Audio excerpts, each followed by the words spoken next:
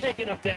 It's time for the Miller's Edge with New York Giants legend and South Carolina Hall of Famer Corey Miller and his son, four-time SEC champion and two-time national champion Christian Miller. Knocked down again. That was Christian Miller. Here is college football playoff national champion Christian Miller on Tide 100.9 and 12:30 a.m. WTBC.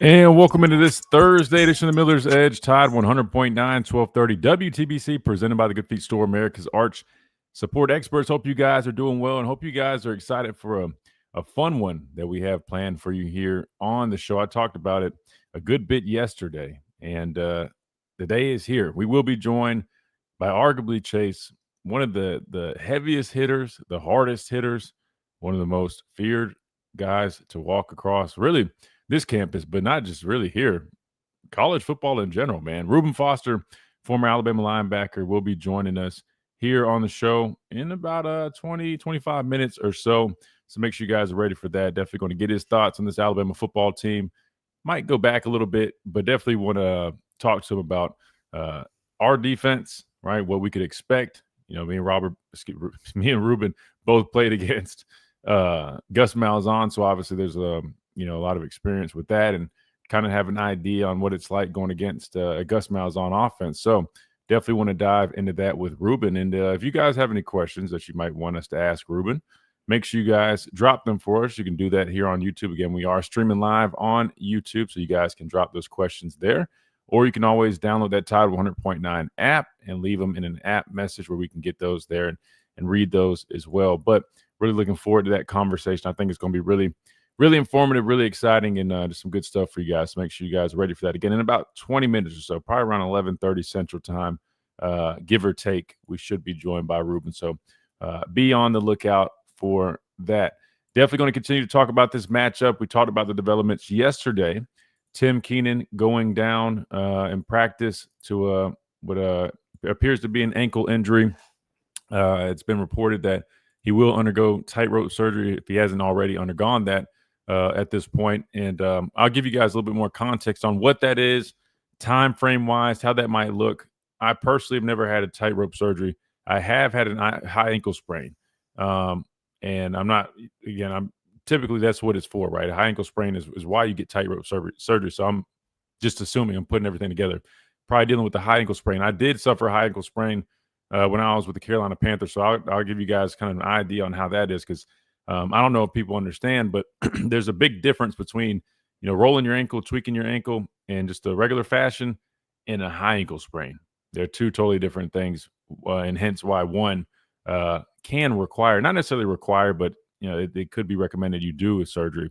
Again, I'll dive into that here in a second when we get a little bit more time. But that is kind of what's the latest with Tim Keenan. Again, no official timetable, but I will give you my idea on kind of what that may look like based off of my experience and my teammates' experience, all that good stuff.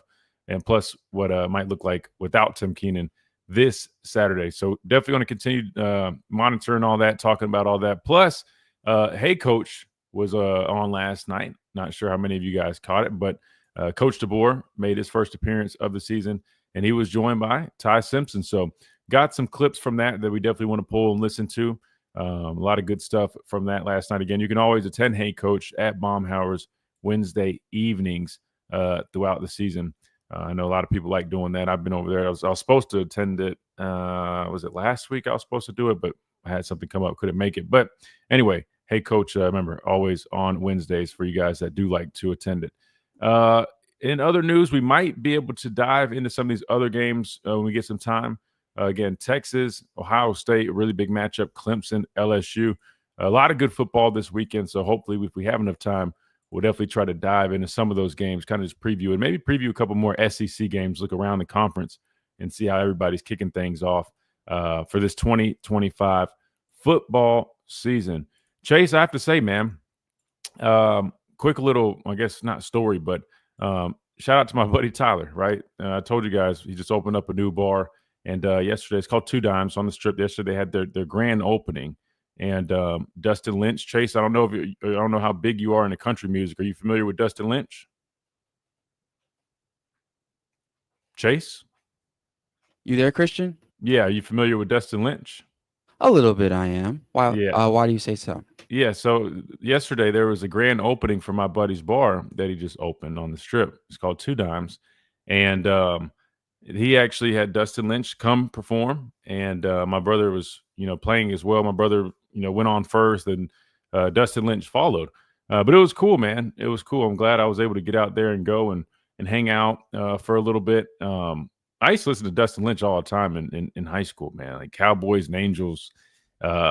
Small Town Boy. I don't know. I'm sure you probably those are his classics for sure. But anyway, it was cool, man. And that venue is insane. Again, they took over Druid City Music Hall, completely redid it, and I mean they've got a huge screen in the back. I mean the production that they've put in there, man. The lights. I mean it's crazy, man. It's a really nice venue, man. So shout out to them again. It was a really fun event, and hey, man, you know what? Honestly, it. Not only did I get to enjoy that, and I chopped it up with Dustin afterwards, man. Super cool dude, by the way. Really down to earth, man. He thought it was the coolest thing that I do broadcasting. But I even got to practice my Spanish, man. Ran into one of the workers there, and hell, I got to speak Spanish, practice for about 10, 15 minutes or so. So I was like, you know what, man, this is a very successful night, man. Got to celebrate, the grand opening of my buddy's new place, and then speak some Spanish. Hear Dustin Lynch. Pretty cool night, man. Pretty cool night. But anyway, that was yesterday, so that was cool. But if you guys are in town, man, definitely check that place out. It's got like the Nashville vibe to it. Kind of got like the rustic look to it. You know what I mean? And they're having all type of performers come.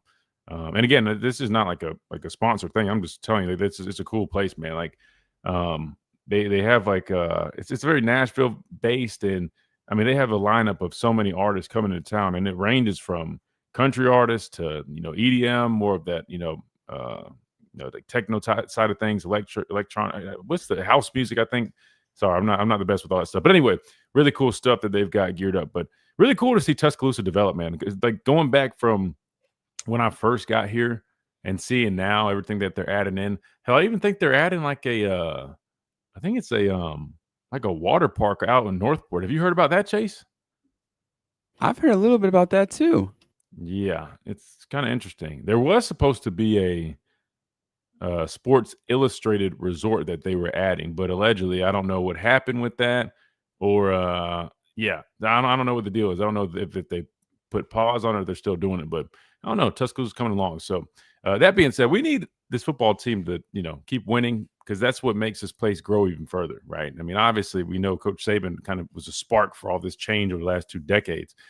Coach DeBoer, we need some more dubs. We need some more championships, man. I need this place to keep growing, man. Tuscaloosa is a great place, and I know some people probably listen like, oh, no, we don't want more stuff. But I'm like, there needs to be a little bit more here. A little bit more. It's getting there, but it's not quite there yet. Anyway, that being said, really cool evening yesterday. Shout out to Two Dimes and Tyler and Rick and all those folks at Grant that came together to put that on. All right, we got to hit our first time out. We come back. We'll dive into a couple of things before we will be joined by former Alabama linebacker Reuben Foster, again, breaking down this FSU-Alabama matchup, talk a little Gus Malzahn, talk a little bit about this Alabama defense. We'll get our thoughts from a dog, if he sees any dogs, on this defense. All that coming up right here on the Miller's Edge, Tide 100.9, 1230. WTBC, presented by the Good Feet Store, America's Arch Sport Experts. We'll be right back.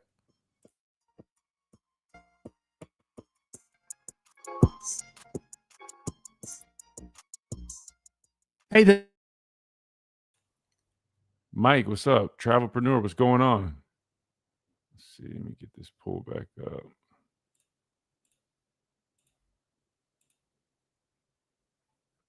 Where's it at?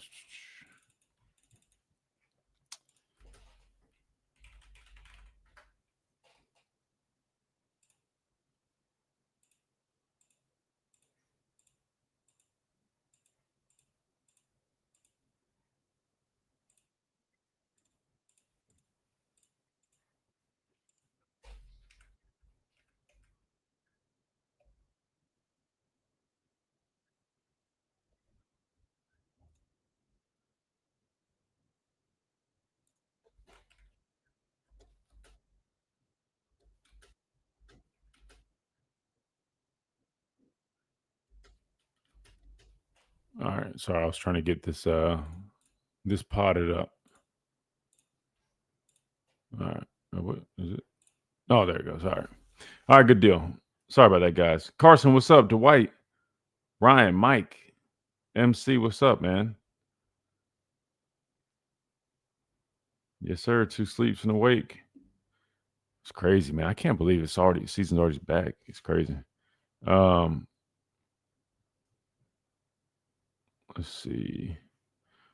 Christian, in your opinion, at what point do you have to dial back the intensity in practice to help prevent injuries when the season is right around the corner? Man, anytime y'all throw this question out, just like Q06, man, I'm going to get on y'all because y'all have been, remember, y'all been saying all this about, oh, football's soft nowadays. Oh, they don't get after it anymore. Oh, you know what I mean? Like, oh, we can't tackle because the reason we have issues tackling is because we don't do it enough in practice. Now you got one guy, or well, you got two, really, right? Well, I guess Jaden Roberts. I mean, I guess you can include him. But you got 3 guys out, but I was really talking about the most recent guys, Jim and TK. Now all of a sudden everybody's like, oh, wait, what are we doing? We need to dial it back.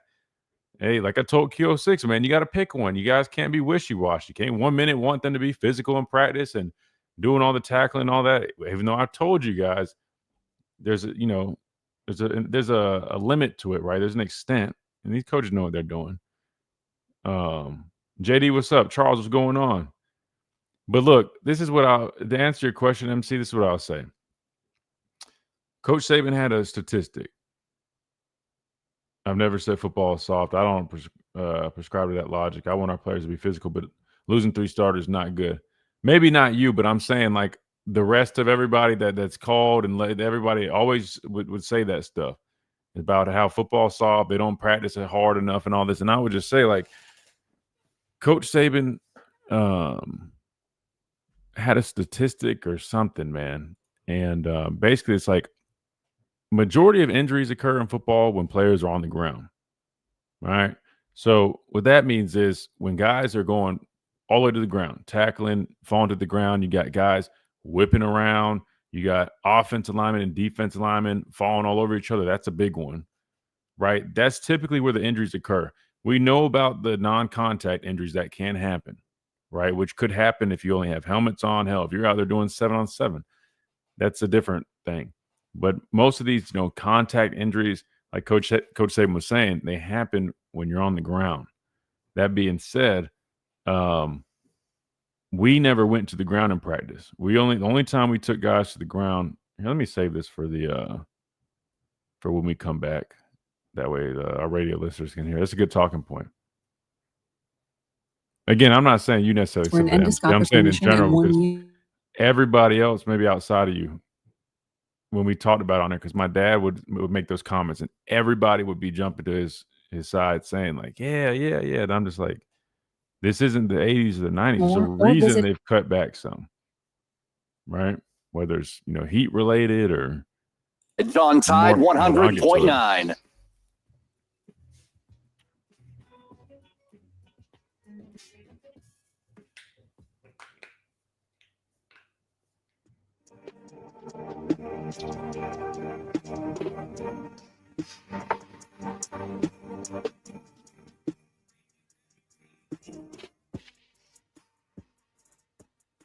And welcome back into this Thursday edition of the Miller's Edge, Tide 100.9, 1230 WTBC, presented by the Good Feet Store, America's arch support experts. Man, you got to check them out if you are dealing with any type of pain, foot pain, knee pain, back pain, hip pain, you name it, check them out. You will not be disappointed. It's a simple process. Put them in your tennis shoes, work boots, high heels. Damn it, it don't matter. Whatever you got on your feet, these inserts can go right inside of them, and they'll get to work, man. So make sure you guys check them out. Midtown Village here in Tuscaloosa. Goodfeet.com. Find the nearest location to you. Type in your zip code. They'll pull them all up. They're all over the place, right? We got listeners literally from east to west, north to south. You can find a Good Feet store near you. Trust me. And you definitely should. And you should take advantage of the Good Feet store because I'm telling you, they are game changers. They've been lifesavers for me. I'm back to running like I used to. I used to love running first thing in the morning. I'm back running, doing a little bit more treadmill type stuff right now just because asphalt's still hard. But I will say, though, Good Feet Arch Supports, man, game changer, especially for a long football season. All the walking around you're going to have to do, I'm going to have to do especially, you definitely want a pair. So make sure you guys check them out. Again, that is the Good Feet store, improving the quality of people's lives 2 feet at a time. All right. So while we're waiting on Ruben again, it should be in about 10 minutes or so. Might push it back a little bit, but no worries. I promise we'll get Ruben on here and we're going to chop it up, talk Bama football, Bama defense for sure, and a little Gus Malzahn from our experiences. But I want to start here because we have a good question in the YouTube chat. Again, you can come check us out on YouTube at The Miller's Edge. If you haven't already, man, what are you waiting for? Don't miss out. Again, you can interact in the chat, drop questions, talk amongst each other, watch me. We got Daryl, man, who's helped kind of influence us to change the layout, which was a good thing. It ended up being a good thing. I told you a story about Daryl, and he's still on it, man. I had played an interview yesterday, and I left the layout a little, I guess, like the old way, right, where I'm in the side of the screen, and he's jumping me on it. So we got a nice, pretty old layout where you can see me nice front and center, nice and clear. So come check us out if you haven't already. Anyway, we got a good question here in the chat. MC had basically said, and it kind of piggybacks off of what Q06 brought up yesterday, the injury to Tim Keenan, which I'm going to get into that injury and give you some technical stuff on what that looks like. But first, let me say this. MC says, Christian, in your opinion, at what point do you have to dial back the intensity in practice to help prevent injuries when the season is right around the corner? Really good question, right? But you know, I'm gonna say what I was saying yesterday to Q06, man. People kind of have to pick or choose. Not UMC, but in general, because a lot of the time, like Q06 was saying, everybody's talking about how soft football is. They don't tackle enough in practice. That's why we're seeing poor tackling in the games. They got to go back to being physical, beating each other up all the time. And again, when my dad would make those comments, all our listeners were hooting and hollering and cheering, like, yeah, he's right. And I'm sitting there like, I get what you're saying, but there's only so much you can do from a logical standpoint. I mean, there's literally a reason that football has evolved to where it's evolved. And I'm not saying I agree with everything. I think we're hypersensitive with a number of things, a number of calls. However, I do believe with the implementation of the tracking systems, right, the GPS systems that you can wear, right, that can tell these coaches, the training staff, how much mileage, so to speak, these guys are putting on themselves, right? I mean, how much they're running, what's their workload, top speed, their output. There's a reason that they're tracking that stuff, and scientifically, right, which I know people are sick and tired of analytics and science. Hell, I am too half the time. But I think it is important to monitor that stuff because you can really sense, you know, what's worth it and what's not, or when you're starting to get up in that high gear where you need to pull back from that perspective, right? In terms of the practice style type of deal. You know, I was talking about this, and Coach Saban always said this. You know, most injuries occur in football, and I'll fly over this because I know I was saying this during the break with our YouTube listeners. Most injuries occur when guys on the ground. I don't remember the number he had for it, but it's a very high number, like majority of injuries, at least contact injuries. Not talking about the non-contacts that could happen whenever. Training, 7-on-7, whatever. We know about those. But in terms of like the contact ones, it happens when guys are on the ground, typically, right? You know, offensive linemen falling on each other, legs getting bent weird ways, legs getting planted in the ground. You know what I mean? Like, and it's not always that. Like, for example, like Jam's collarbone. Like, I was at the scrimmage. I didn't even see the play. Honestly, I didn't see the play. But, I mean, it could have happened whenever. Maybe it didn't have anything to do with on the ground. That's one thing. And I wasn't physically there to see, you know, Tim get hurt. But, I mean, to me, when I hear high ankle sprain with the defensive lineman, more than likely, there were guys on the ground. So, with that being said, I say this. To me, you got to have the right balance. We never went to the ground in practice. The only times we took guys to the ground at the University of Alabama when I played on Coach Saban was during scrimmages. Those were the only times that we went to the ground, is when we had a scrimmage, whether that was spring, fall camp, whatever it was. We never tackled in practice. We did thud. And what thud is where you go to make a tackle, right? You go wrap the guy near leg, near shoulder. You practice all those same, you know, techniques that you would in a regular scrimmage, but you don't finish the tackle. You go thud them up. You give them a good thud, right? You go hit them. That thud's not just like, oh, go wrap them up and then like, you know, hug them and then tap them on the back and say, good. No. Thud is like, I mean, he's going to try to lower his shoulder. You're going to try to go hit him. You know what I mean? But then you wrap him up, drive your feet, and let go. Now, obviously, we do know in thud, too, there's going to be a difference. like for me as an edge guy, right? Say they run, outside zone, and I set the edge and that back, he just gets, just outside. Say I don't set a perfect edge and he bounces outside. Normally in a tackle setting, I'm going to get off my block and at least dive and try to make it. I'm not doing that in thud, right? I got to take the L. I didn't set a clean enough edge. In a game, I know that I still, technically I might not set the perfect edge, but I can always still dive and lay out, make a tackle. Or if I'm going to, chase a running back from behind, like say, they run, zone the opposite way. I get a down block by the tackle. I'm running the line. I know in a game I can run and lay out and try to make a play from behind. In thud, I'm not doing that, right? In the scrimmage, yes. That being said, that was always our tempo. I felt that our defenses were not even felt statistically. You can go look at it. We always had, arguably the best defense in the country, and we never did tackle.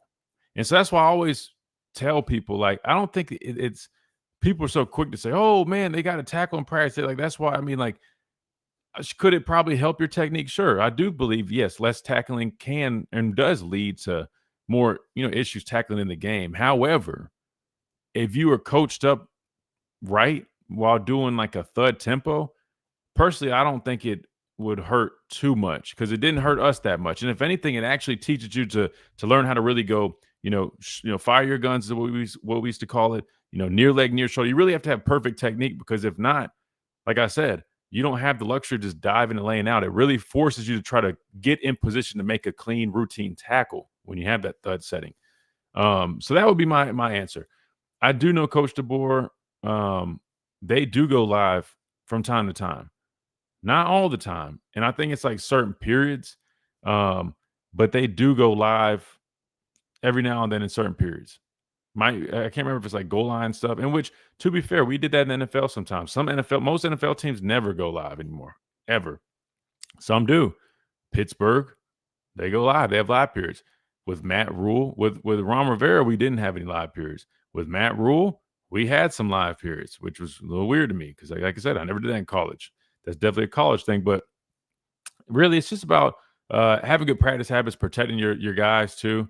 Even if you are going to go live, I mean, you can't. The injury is going to be inevitable regardless. But at least protect your guys, right? Don't do anything dumb. If you feel you're about to dump somebody, don't do it.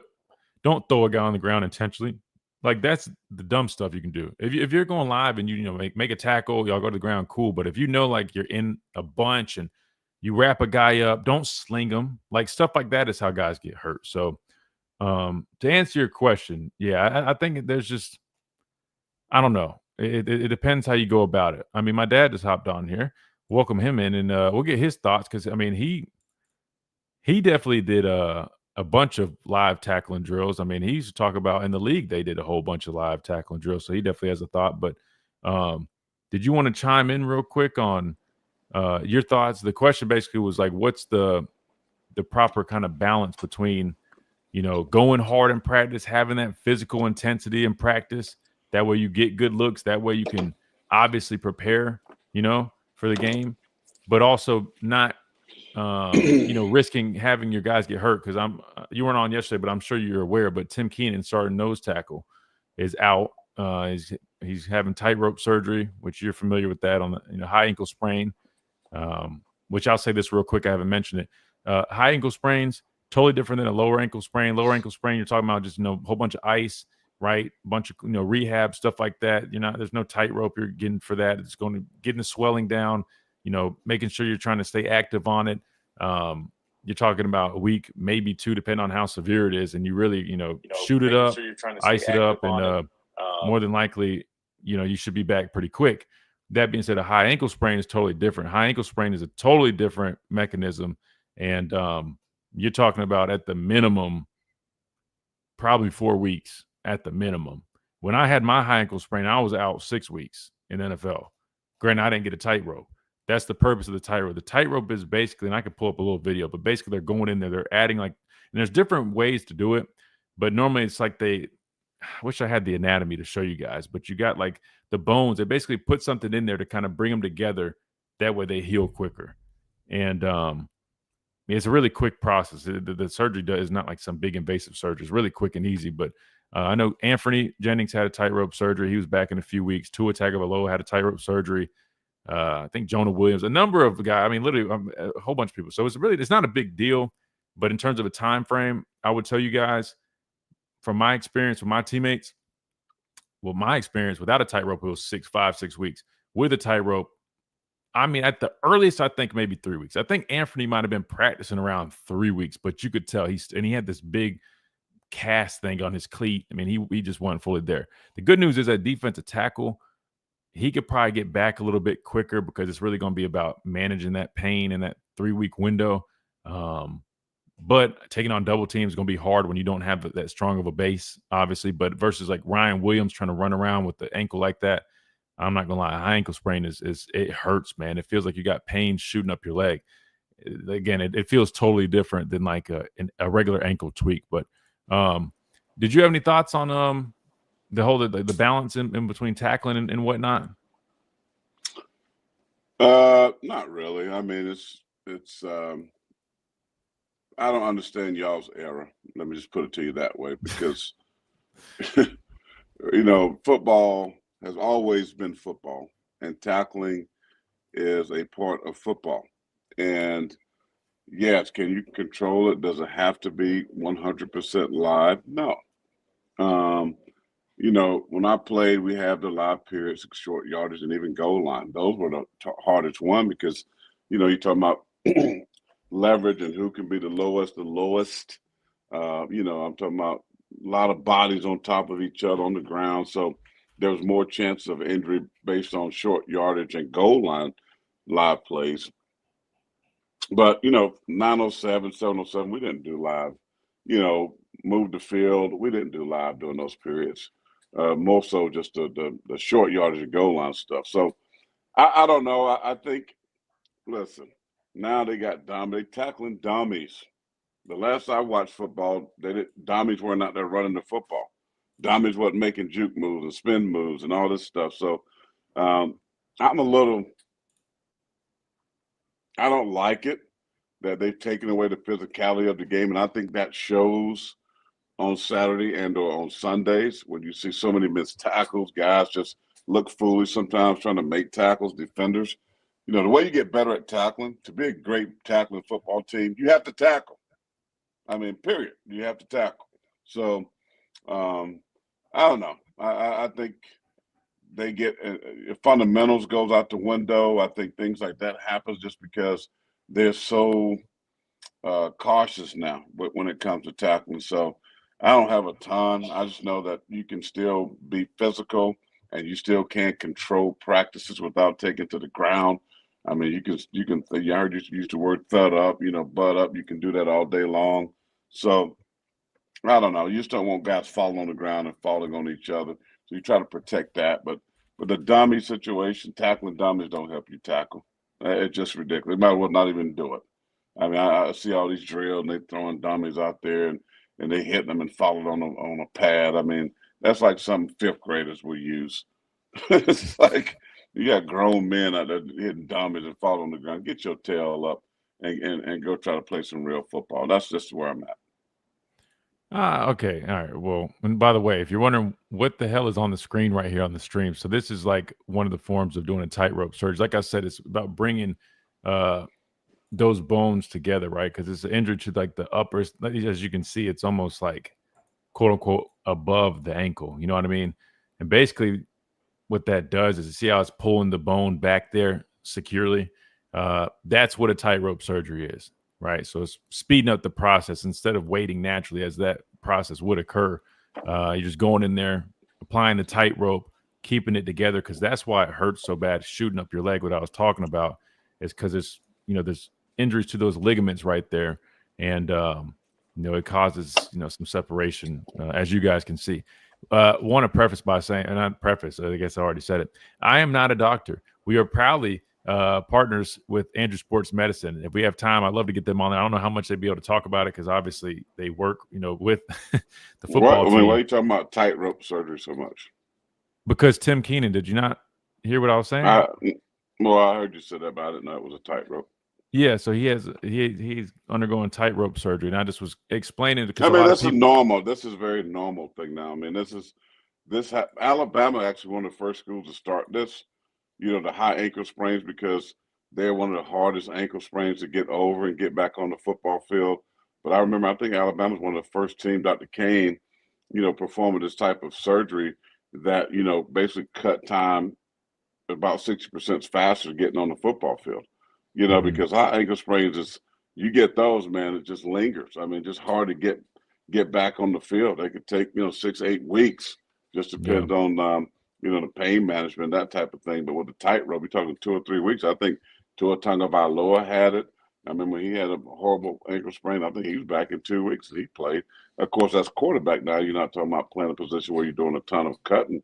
But that's going to be difficult a little bit for Tim Keenan. Now that you said that, just because the torque and the pressure that you put on your ankle, taking on double teams, double team, have the near shoulder, near knee. That's something when you're talking about turn technique. When you're taking on a double team and you got to put so much pressure, 600 pounds of pressure coming on that ankle. So that could be kind of tough. But they have perfected these things, and so you're talking about 2 or 3 weeks, he'll be back. So. 2 or 3 weeks, maybe back practicing a little bit. I would not expect him really playing. I give him 3 weeks. I bet he'd be playing. Well, this is what I was saying. I mean, I think so. Anthony Jennings had it. Matter of fact, when we played Florida State, was it that year? I want to say it might have been when we played Florida State. I think he might have had one around then. But typically, you can get back out there around that 3-week mark. But it's because as you guys can see, it's securing the tibia and the fibia back, tightly. But the problem is it hurts like a mug, boy. I mean, and you can wear the big brace and try to secure it as much as possible. I mean, yeah, maybe I'd say probably 3 weeks would be like the earliest I'd expect him to see him like playing in the game. I mean, he'll be back moving around on it, but like you said, it's something that lingers, man. It doesn't just like you get a tight rope and you just feel better, man. And it's definitely not. High ankle sprains suck. Like when I had it with the Panthers, that was the first time I've ever had one. And because I thought, I'll be honest with you, I thought I broke my damn ankle. Like, that's how bad it hurt. I couldn't walk on it at all. I mean, it was bad. But you're right, man. It'll take some time. But anyway, so that's some updates on that. You get that. You heard his perspective. That's what I was talking about, MC. A lot of people swear that. But I was saying earlier, man, before you hopped on here, we never went full tackle to the ground with Coach Saban other than scrimmages. And I feel like we were one of the best tackling teams. We were definitely one of the best defenses year in and year out. And I feel like we tackled just fine. That's why I think it's just really about, if anything, you can look at it this way. Like you're talking about the pads and stuff. But when you have thud tempo, it actually forces you to put yourself in position to actually make a cleaner tackle because you're not just flying, like diving around, doing, things that you typically wouldn't be doing, if that makes sense. I don't know. Well, I guess they done done everything that they can for injuries all across the board. I mean, the NFL kickoff sucks right now. It's a stupid. don't even have kickoffs. I mean, it's the dumbest rule ever. You're tackling dummies. You got grown men out there playing bouncy on pads. Like, it is a contact sport. It's been happening for years. Guys have gotten hurt. We get it, and we understand that. You have to. You can't just don't play tackle football no more. Play flag. I mean, that's where we're going. I mean, what else can you do? Everybody gets hurt. Oh, then you're looking at, well, they were tackling. Well, you tackle in the game. I mean, it has to happen, folks. Stop all this foolery. I mean, I'm sorry that he hurt his ankle, but he'll be okay. 3 weeks, he'll bounce back. You're going to miss time. It's called football. It is the most violent, gladiator, physical sport there is. That's why we love it. Okay? I disagree on you that. I ain't gonna lie, man. I've gotten into watching UFC. I'm not gonna lie. I got to give them that. Man, dude, you're getting elbowed and kneed in the man. They nose they and with tights on and barefoot. Give me a break. Yeah, all right. I love to see you getting octagon right now. I love to see you getting there with some. You get in there, you ain't getting out. You get in there, you ain't getting out. Unfortunately, I don't want to see that happen. We don't want to see that happen. If I get these things on them, I'll choke them out. Brother, submission. Big Derek Lewis, because you were heavyweight, big dog. Look him up, Big Derek Lewis. Yeah, John Jones. John. Yeah, okay. Somebody in the chat tell this dude about the he must not. I've seen it. I listen, watched it the other night. Now, I don't, former Panther I'm Greg Hardy. Now you might have a chance because it's big and violent and violent on and off the field, which is terrible. But I'm just saying this dude's got a lot of issues. It's crazy. He always finds a way to get knocked out. So maybe you have a chance against him. That's fighting. I'm talking about sports, bro. I'm talking about just like it's a sport. I'm just saying. I'm just saying. Right, well, put these whoever name you're calling, put him out there in the 907. Put him out there running down. Let's see what he had when he get busting his chin. Let's see what that happens. I think Derek Lewis could play football, brother. Derek Lewis could play football. Why isn't he playing? Why isn't he playing? Because he's beaten. That 99% of people that even play football can't play at that max. So nah, bro. Give me a break. Good, brother, because you can have your little octagon ring and dudes out there with a bunch of tights on trying to fight. Let's street fight. Let's street fight. That's big Derek Lewis right there, throwing them hooks. That's all right, yeah, big Derek Lewis. Okay, you don't think that big son is gonna play football? No, come on, man, brother, come on, man. A lot of people can street fight. I mean, he ain't look at his head turn. Listen, okay, man. I ain't talking about. Let's talk about real something that people are excited about. Let's talk about this college football instead of stupid out there gun mess. Absolutely. So what we're going to do is take this quick timeout. We're still working on getting Ruben all set to go, so we'll definitely get that here in a minute. But we'll keep on talking Alabama, Florida State this weekend again. Like Carson said, 2 nights in a wake up. You guys love using that term. Somebody else used that the other day. Anyway, 2 nights in a wake up. We're taking on Florida State. We're going to keep talking about it right here on the Miller's Edge, Tide 100.9, 1230 WTBC. We'll be right back.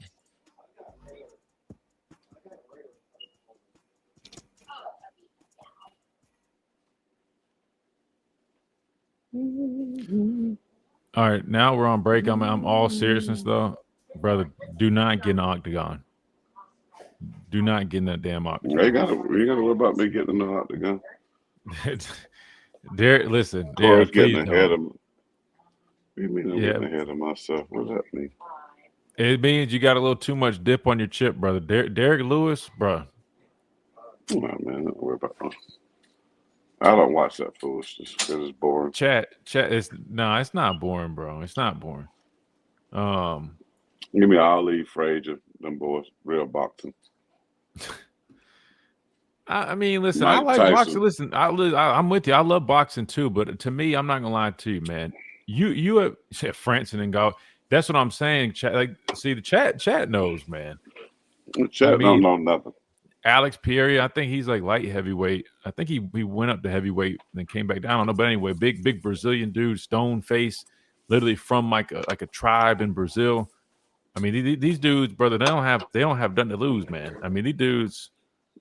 Listen, I love football and I take pride in it's a physical, violent sport. If you're talking about like team sports, yes, sir, you got it. I give some credit to hockey, though. Thank you. I'll be honest, I've never really been a hockey guy. Never watched hockey, really, until recently. I've seen some clips of it. You're on TV, by the way, live. Just so you know. Oh, hey, how are you? That's Bacalao. We're on commercial break. Don't say nothing crazy either. Who? Her? Say hi to my son. Hey, how are you? Welcome in. You're on the Miller's Edge.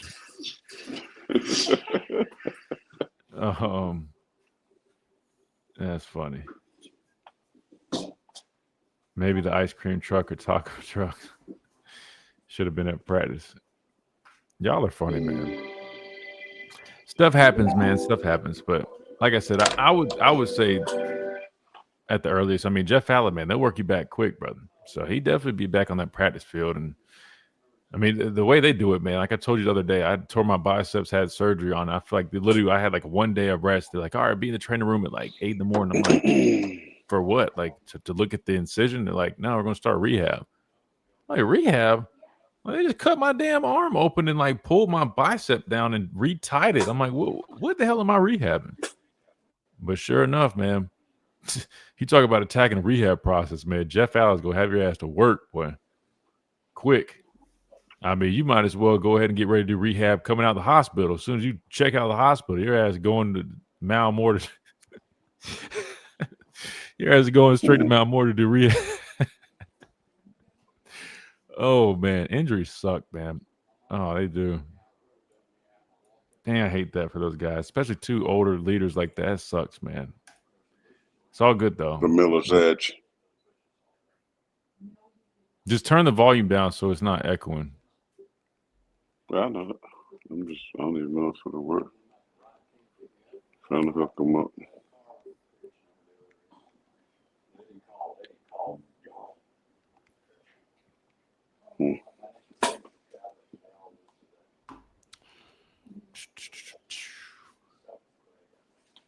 All right, here we go. Edge on Tide 100.9.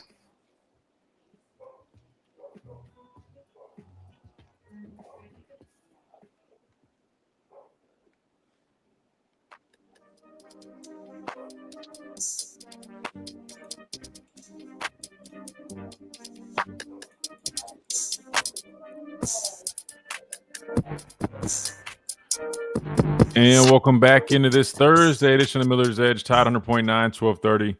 WTBC, presented by the Good Feet Store, America's arch support experts. All right, if you're wondering, okay, now we got, just like I said, turn the volume down. And he said, oh, I know what I'm doing. First thing that happens, TV comes on, volume all the way up, and I was right.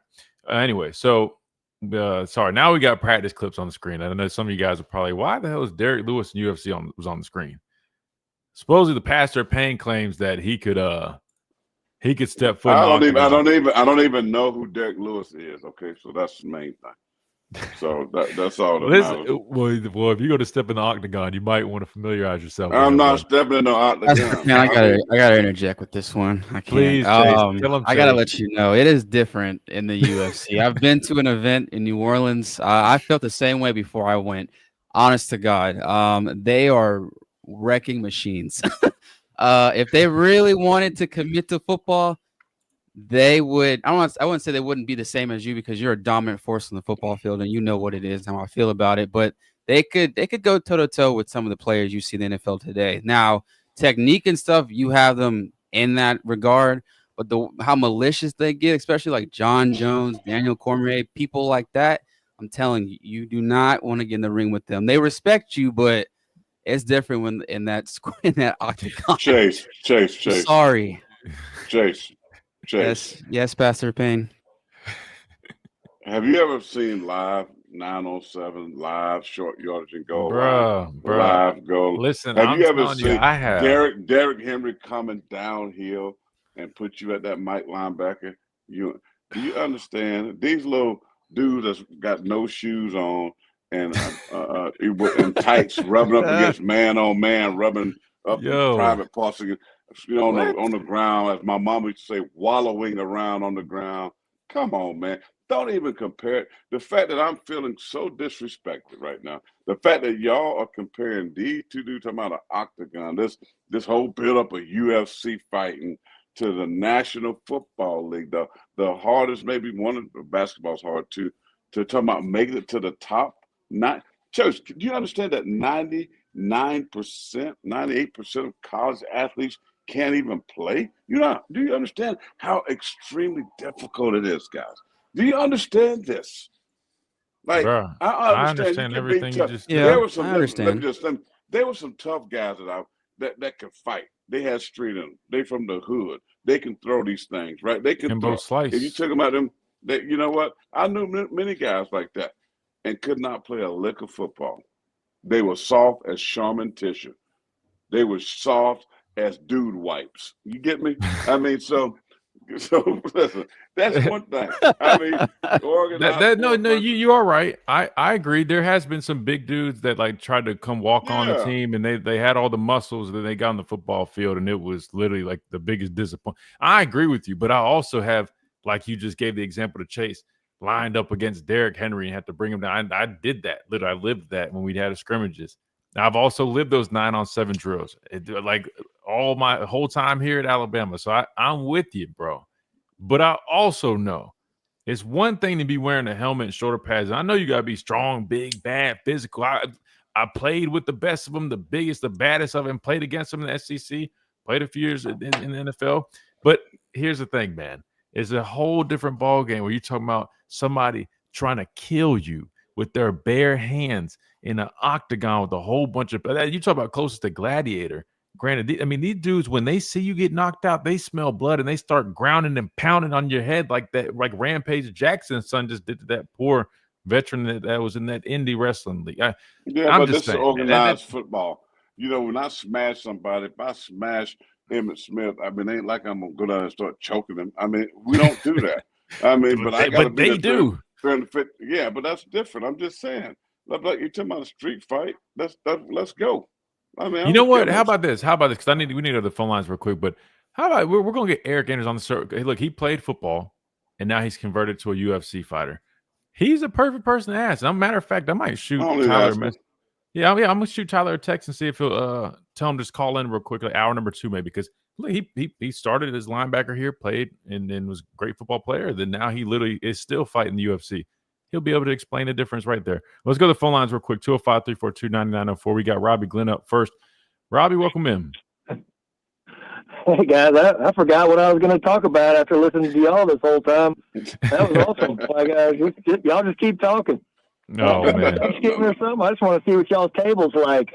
No. We needed to cut him off. He had too much dip on his chip, Robbie. He's over here talking about he can go take down UFC heavyweight champions. So I'm like, brother, we need to get back to football, man. He's got too much tobacco in that pipe. You said it just right, though. You got to get Eric Anders on because he's done both at the high level. So I mean, he can at least give some insight on that. No, 100%. But I'm also excited about Reuben Foster coming on. I mean, Reuben probably asleep. He probably asleep. I'm texting him again. Yeah, he might be. You watch any videos with him, and man, that he used to just knock people out. Like he was just a hitter. So I'd like to see how he would adapt to today's game. Like your dad's saying, it's gotten soft or whatever. You can't hit anybody anymore. Like how he would adapt to this, because he used to just decapitate people. Yeah, I love Mr. Reuben. He played football the right way. Nasty with an attitude. I mean, he would put the thing on you. That's what I'm saying. Now these guys, go watch these linebackers at Alabama play, and then go turn the tape on a Reuben Foster, and you're going to see a dramatic difference of physicality and just heart and just the will to want to knock somebody out. There's a difference. There's an attitude.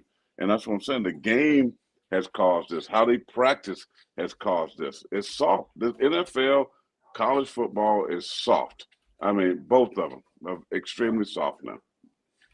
They have changed it a lot to protect players, but still physical, but not like it was. But I got a question. With the injuries going on with Jam and now with Tim and of course Roberts with the concussion, I don't know if Tim will be able to travel, but Jam and them get to travel, or does that hurt on the roster limitations when they travel? Do they still get to travel with the team and be on the sideline and give their leadership there, Christian, or does that count? Or are they allowed to do that? Yeah, no, they should be able to travel. Only time you don't typically travel if you're injured, if it was like when maybe Tim doesn't travel if say like his surgery just like maybe he just had it, he needs to, you know what I mean, like be doing rehab or attended to or something like that. But normally if like when I tore my biceps, like I was going to be out for a long time, I didn't travel to away games, right? But for somebody like Jam, who's probably going to be back in a few weeks, Tim, again, if as long as he already had the operation, he's doing what he needs to do, they should all be able to travel. It's normally just like the guys that are out for like a season or something really long, or you have to do something in terms of like surgery, rehab, then you typically don't. Okay. Yeah. I know next guy up is going to be playing and they're going to do great, but you still got to have those guys that have been battle tested, and those guys have. So I would think being able to talk to the players on the side and see what they see would be like very helpful. So I was hoping they were going to be able to be there. Yeah, and I fully expect those guys to be, definitely, leaning into their leadership role, and it's going to be important. You know what I mean? I think they all should be there in doing that. I think it'll be big. And man, look, I hate it because both those guys are veteran leaders. I hate that they're starting the season on the sideline, but it is what it is, man. It's just part of it. But yeah, I think they do step in that leadership role, and they definitely can play a big role, even just doing that. Well, that's what I'm hoping. Well, it's 2 days. Well, like you said, 2 days, 2 nights, and a wake up till all this talk is put away. We'll find out. I cannot wait, man. I hate these guys are hurt, but I'm telling you right now, it's not going to make a difference in this ball game. Florida State ain't nothing but a bunch of talk, bro. Castellanos and all this mess he's talking to. Listen, this team won uno, since Christian likes Spanish. Uno, dos, right? Dos. That's what they want. They are full of dos. They are full of dos, and they want to talk all this noise. Listen, man, Alabama rolls big. You talking about to get the horn ready. Come on, what's the name? Elephant, what they call the elephant name down there? He's getting ready to dance. Oh, Big Al. Big Al. Al's getting ready to do. Yeah, he's getting ready to do his thing, and it's getting ready to be sweet home Alabama to start. They've never been to Tallahassee, first time. But let me just tell you something. First time. This is all. Yeah, and this is also going to be good for recruiting because the Script A goes down to Tallahassee, Florida, where there's a lot of talent in those areas that should be showing up at these games. So this is a big showcase for Kalen DeBoer and his Alabama Crimson Tide football team. But I expect the Tide to roll. I know we're doing predictions tomorrow, but I'll tell you right now, roll, Tide, roll. And I cannot wait until Danny Cannell and his mouthpiece. I cannot wait to get him shut up. I'm telling you right now, it's going to be fun. Wait, hold on. And Robbie, I'll let you finish what you got to say. But when we come back, again, we're working on getting Ruben on here. I promise we'll get that going here in a minute. But I got to respond to that because he is just so – I mean, like, I'm not going to lie. Like, you don't see anything that you feel like could be – like, that's not like you, man. I mean, I think you just really have it out for Florida State because of Danny Cannell. I mean, I know you dislike that guy as much as anybody, man. So I'm about the truth, the whole truth, and nothing but the truth. So help me God, El Shaddai. Well, okay, let's go, baby. we gotta break this down a little bit more. I know we've been talking about Florida State, but we're gonna revisit. Like, I'm gonna give my opinion because I'm not gonna lie. You're starting to scare me, man. You're a little real confident, brother. And we got to talk about it because you normally, like you said, you keep it real. And I'm like, you don't see anything. And we'll talk about some of those things. Rob, you got anything you want to say before we hit the top of the hour break? That was it, guys. Enjoy the show. Oh, thank you, brother. Appreciate it. Monday after the game. All right. Sir. Yes. We'll have it, bro. Yes, sir. Be blessed, my friend. Roll Tide. Roll Tide. Roll Tide. Yeah, man. We'll have a great, again, Mondays, man. We're really going to dive in to the breakdown, what happened in the game. If you really want to hear a deep analysis, man, make sure you guys are tuning in every day, but definitely Mondays. I promise we're going to really dive in post-game reactions right here on the show. Quick top hour break, timeout. When we come back, we keep on rolling. Really going to dive back into this Florida State matchup right here on the Miller's Edge, Tide 100.9, 1230, WTBC.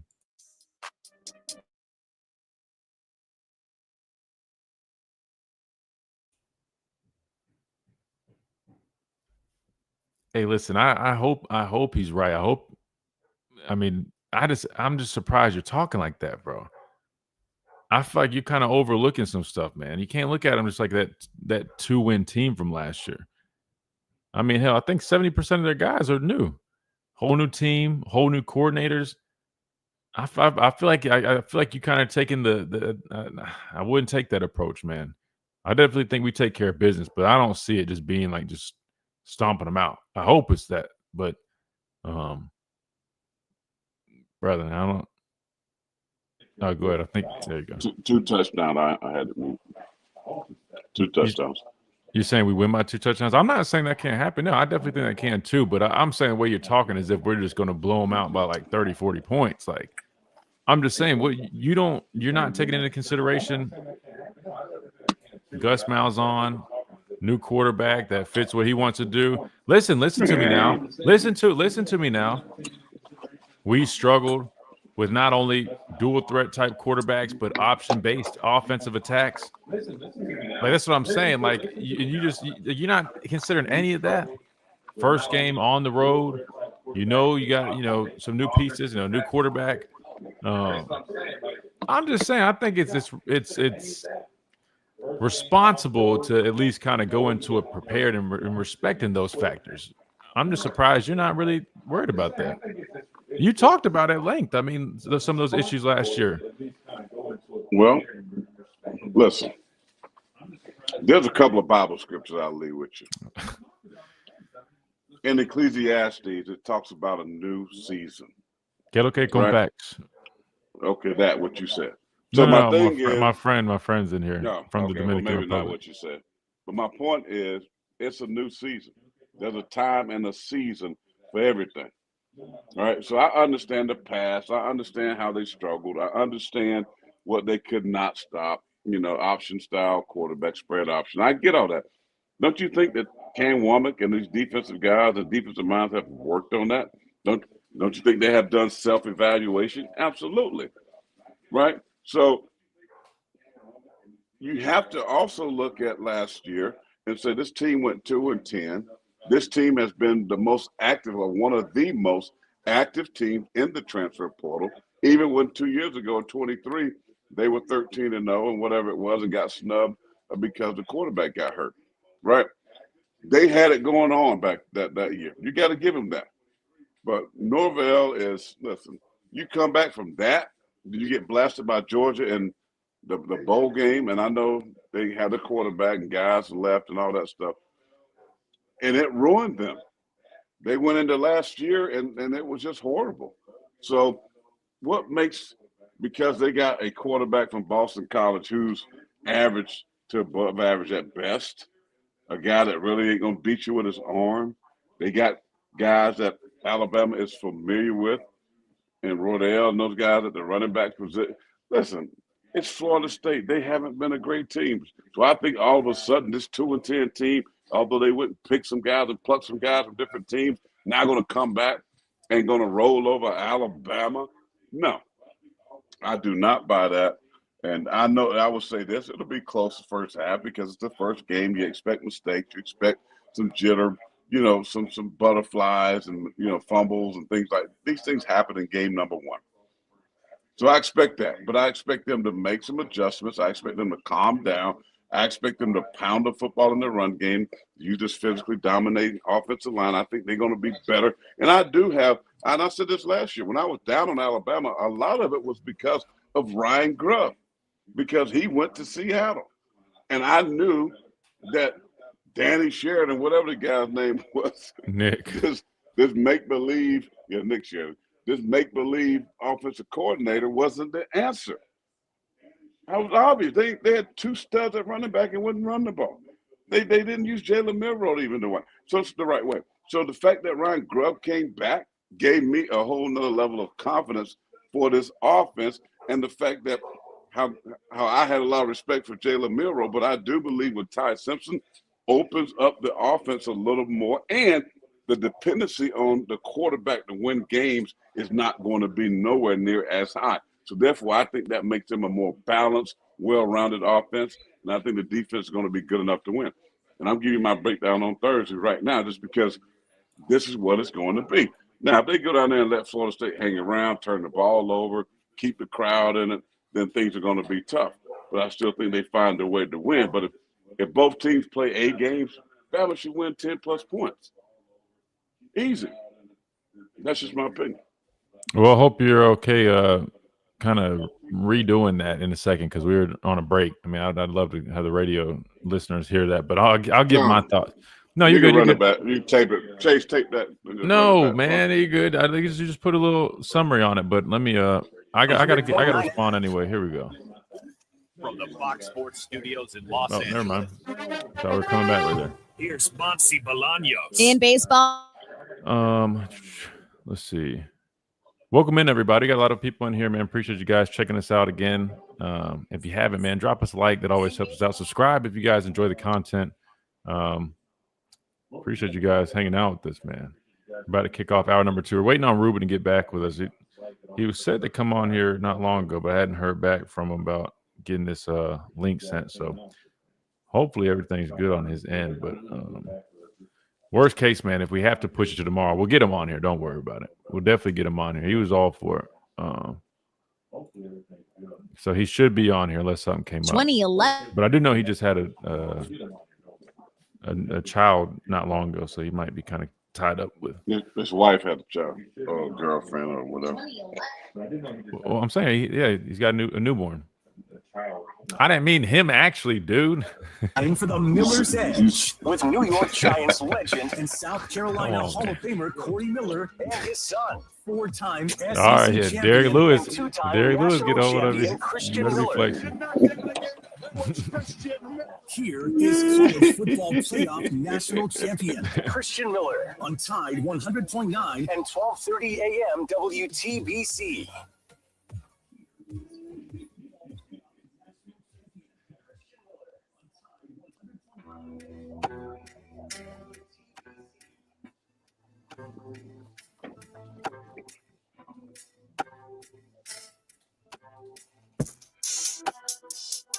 And welcome back into the Miller's Edge. Hour number 2 officially underway, man. Hour number 1 was very fun, man. We're still waiting to get Ruben on here, so I promise I wasn't trying to get over on you guys. Ruben's set to come on here, just hoping we can get him set up here in the next few minutes or so. But in the meantime, we're going to keep on rocking and rolling, go to you guys a little bit and continue talking about what we've been talking about. We're moving on from the Octagon talk, even though that was radio gold, man. Radio gold. Matter of fact, Sidelines Alabama was in here, and they loved it. They wanted to clip it and post it. But y'all, Sidelines Alabama, they run the page on Twitter, man. Great people. They do a good job. But guys, I just want to say, if he ever steps foot in that ring, we might never get him back on this show. So let's just pray you crazy. I preached a sermon one time, and it was like, do you know who my daddy is? Right? It's like, even though this dude, whatever you said, I never heard of him. You said he played ball at Alabama? Is that what you said? No. Eric Anderjes, he played here. I wasn't talking about him. I'm saying big Derek Lewis, John Jones. Derek Lewis, let me tell you something.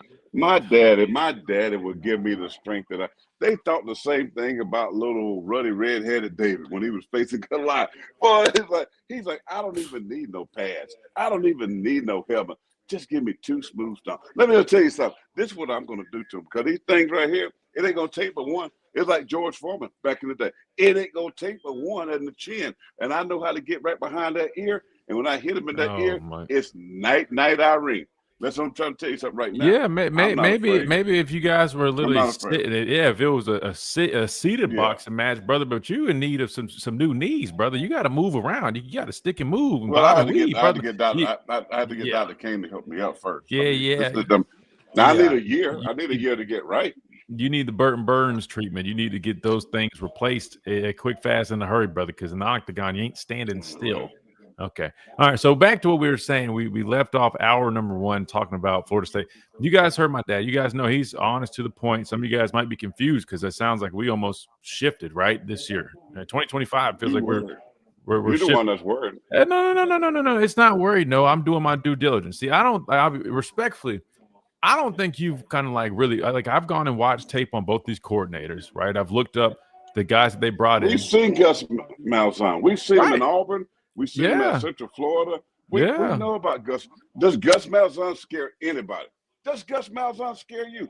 It's not about being scared, though. It's offensive prowess. No. I mean, so Alabama's nobody's worried about it's that. It's not about being scared, though. A 5'9" quarterback that's running his poo-poo mouth, right? And that's all he's been doing about what he's going to do. And I face the best defense every year on my own team at practice. He's talking because he's scared. He's used to going to Duke. He's used to playing North Carolina. This is Alabama, bro. This is still Alabama. They ain't been the team the last few years, but it's still Alabama. I mean, this team, if you just not catch on the radio, because I was talking on the YouTube stream, Dos. They were Dos and 10, right? Figure that out. If you don't know Spanish, my boy on here, I see you got your buddy on here. He know, hello, mi bro. So my thing is, shout out Complex de la República Dominicana. You know what I'm saying? Listen, Alabama just needs to pound the football. They got a big, physical offensive line. I know Jam Miller's not playing, right? Run the football. You're on the road. It's going to be loud. You know you got to going to be rainy. First quarter. It's going to be wet, so you expect to run the football. Advantage Alabama against an undersized defensive line. Right? You still got Williams and these other guys, Jeremy Bernard and all these dudes that can play on the outside. You got a few frisbee catching dogs. So you run the football, you get some significant drives, and then play action pass them to death, right? I don't have no fear about the pass. I said this on the YouTube stream. The Bible says Ecclesiastes, there's a time and a season for everything. Let's forget about last year. Paul says, forgetting those things that are behind me. Let's press on to what lies in front of me, ahead of me. Alabama ain't sitting back here thinking, oh, we struggled against, Johnny Manziel a decade ago. Oh, we struggled against this type of quarterback. We couldn't stop this. Listen, that has zero to do with what's going to happen on Saturday. This team has prepared for that. I believe Cam Womack has looked at those things. They have self-recruited. They have broke down, evaluated everything, whatever adjective you want to use, find the right players to help those guys on the outside, on the perimeter. They got faster, longer, Ranger-type athletic edge guys, Wolf players. They have done that, right? They understand what they are facing. They're going to watch tape of Gus Malzahn from down at Central Florida, wherever he was, South Florida. They know what he's done at Auburn. They go back and they look at all of this stuff, all of it. So my thing is, there's no way Alabama should lose this game. There's no way they should lose this game. Now, if they go down there and pee down their legs, that's a shame. And that's going to be a lot of people talking now about the future of Kalen DeBoer if he goes down and lose to the ACC, Atlantic Cupcake Conference. If he goes and loses a game like that, then now you're talking about a whole different conversation next week. So he can't even afford to lose this game. And then finally, for the radio listeners, my confidence is in Ryan Grubb. It was not in Nick Sheridan. That was a joke of an offensive coordinator last year. That was a joke of an offense. They depended so much on Jalen Milroe. Now he's gone. I think the fact that Ty Simpson is your starter, it's going to be more of a well-rounded offense with the running game being an important factor in every game. And I see this thing being better. I'm not saying Ty Simpson is better than Jalen Milroe. All you haters out there from Milroe. I'm not saying that. I'm just saying the fact that they don't have to have so much trust and confidence in this one guy that they had to look at, Jalen Milroe, to win games. Now it's more balanced, it's more well-rounded, and I think this team's going to play better. And now that you don't got a dud on the offensive sidelines calling plays and Sheridan, you got a true proven guy that knows what he's doing in Ryan Grubb, and that's why I think this Alabama offense will be better. Again, and I think what you're saying is great. I know the fans love it. And I listen, and I love that you're confident, and I also have confidence we go down there to take care of business. However, I just don't think it's just going to be this cakewalk that it sounds like you're kind of painting. And I don't want to necessarily paint that because I don't believe that. But again, that's just my take. And I could be wrong. I could be totally wrong. And I didn't say cakewalk. I didn't say cakewalk. No, but I mean, you're saying like, oh, they're a dos, right? Solo tuvieron dos victorias la semana pasada, la temporada pasada. Like they only had 2 wins last season. There you go. So, yeah, put some Spanish in there for you. Definitely kind of chop it up a little bit. But listen, what I'm getting at is I'm looking at who they are now. I'm not looking at who they were last year or whatever. I'm looking at who is this Florida State team now, because that's who we are going to face. That's who Alabama, is going to face August 30th this Saturday down in Tallahassee. I'm looking at a team that has brought in Gus Malzahn. I'm not sitting here saying, oh, well, I'm scared of Malzahn. I played against the guy. What I'm saying is I do know that you have to be on your P's and Q's when you play against a coordinator like this, coach like this. He was a head coach when we were playing him. When you go against an offense like this, right? And then I look at how I go back and I know our defense is going to be different. It's not fair to say, oh, well, our defense last year versus their team. But I do know, going off of history sometimes, it helps indicate what you could see. And all I do know is that we did struggle on the road last year. I do know where we did struggle against dual threat quarterbacks that also had, option-based principles in their offense. USF type games like the Vanderbilt game, of course, right? To me, that's just something to consider. That being said, I by no means look at it like, oh, man, I'm not painting this scenario that, oh, we need to be afraid or, oh, we're not good. No. I'm saying those are things that you must respect. You must respect those things. Because if we do not improve going into this week 1 matchup off of those things that I just mentioned, those concerns, those issues from last season, that could be a problem in this first game. That's just a fact. That's the football-based breakdown part of it. Not me just saying, oh, they won 2 games. No, me really looking at it, right? Going off their personnel, their coaching staff, what scheme they're bringing in. Not to mention you've got weather that could be involved, right, in terms of there being wet footballs out there. Look, if we were able just to go out there and play some clean, dry weather, right, I love that because I'm like, hey, man, set up the run. Obviously, I want to run the football on these guys. You said they're undersized. They might have a couple guys that might be a little undersized, but big Darrell Jackson and that nose is like 6'6", 330, 340. He ain't undersized. And then the end that they brought in from Nebraska, he's like 6'5", 260. I believe their other starter, he's a little bit taller and slender, I think, who plays like tackle. Then I'm not too sure about their jack or outside linebacker. He might be a little undersized. So I think it's kind of a little mix and match, but they've got some guys. Anyway, what I'm getting at is you do have your starting running back, Jam, who the coaches clearly indicated was well above the other backs. Not saying we won't be able to run the football effectively, but I'm taking that into consideration. The guy that you knew was ahead of the other guys, he's not going to be able to play, right? And to me, I'm like, this is Ty Simpson's first start.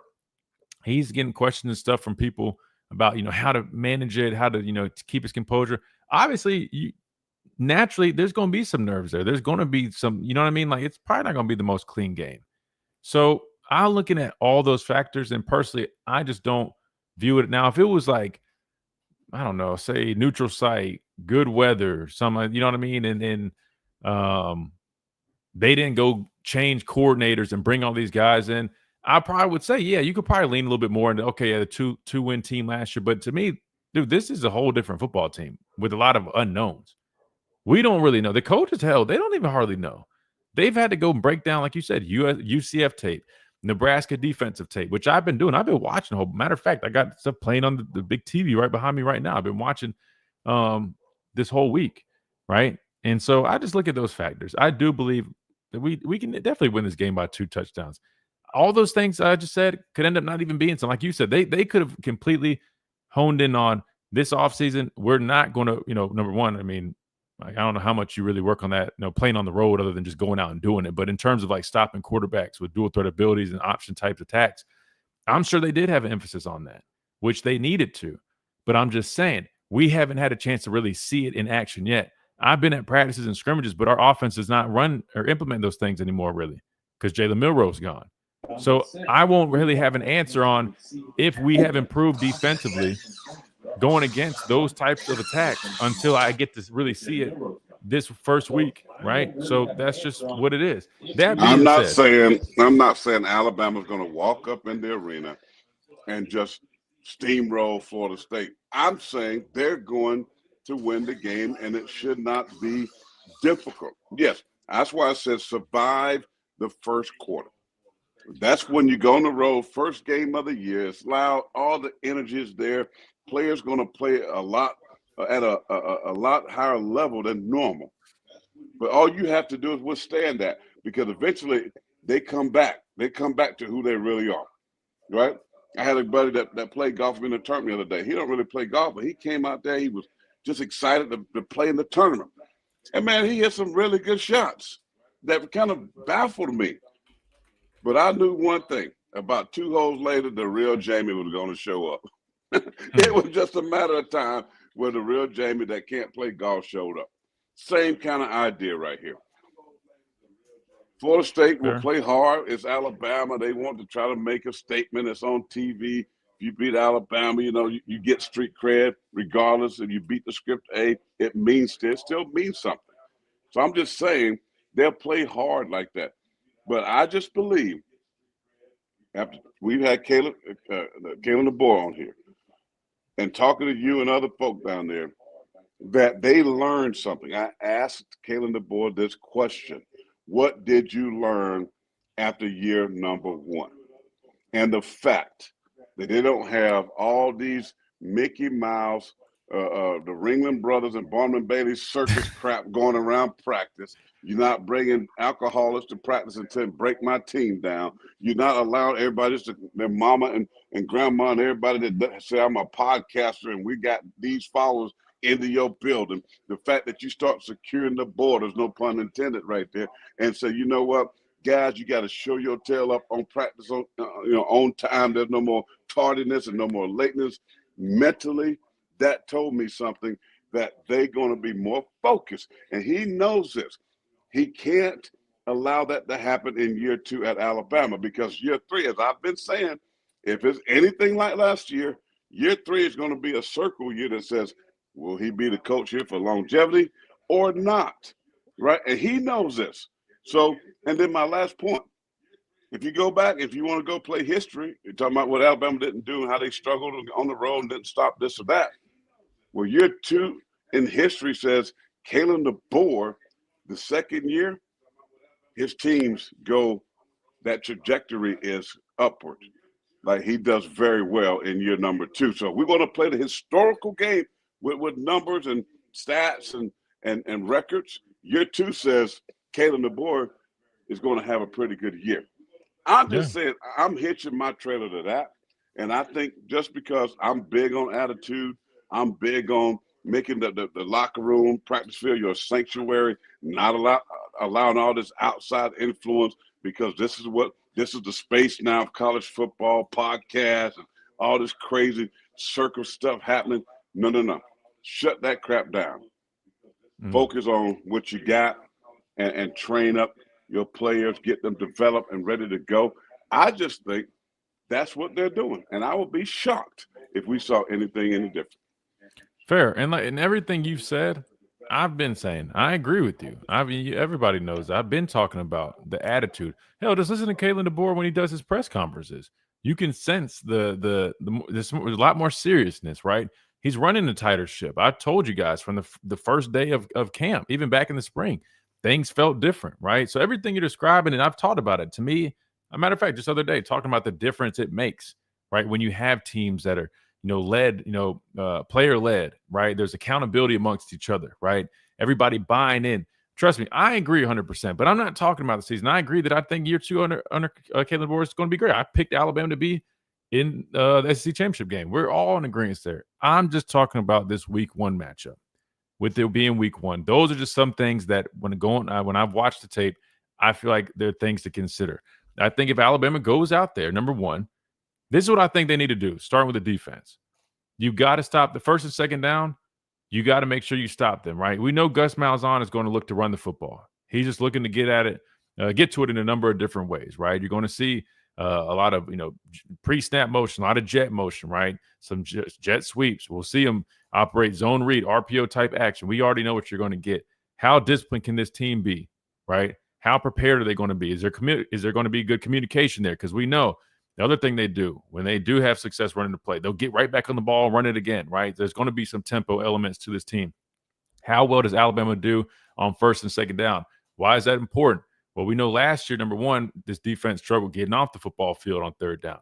That needs to be better. But 2, I do believe, look, Tommy Castellanos, or however you say his last name, I think if you set him up for 3rd and long, I think this team is really going to struggle. Florida State is. I really do. Right? And I think as long as you secure him in that pocket and you contain him, because obviously we know he's going to be able to improvise and make plays with his legs, I agree. I think this defense will be okay. And I think offensively, if I'm being completely honest with you, I'm not too worried about it. Like you said, I think our offense is really going to, have that upward trajectory this year. And like you said, not just because of one player, be clear on that, but just because, Ty stepping in, I do think he's a better fit clearly there. I think they'll be able to do more of what they want to do with this system. Like Ryan Grubb said, again, that wasn't a shot at Jalen Milroe. It's just what it was.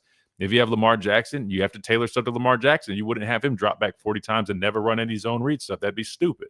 So I think they have a guy that fits what they want to do. They'll be able to do better in terms of basically implementing their system the way they want. Plus, the receiver room is much better. Offensive line play, it looks to be better from what I've seen being out there at practice. Offensively, I think we'll be all right.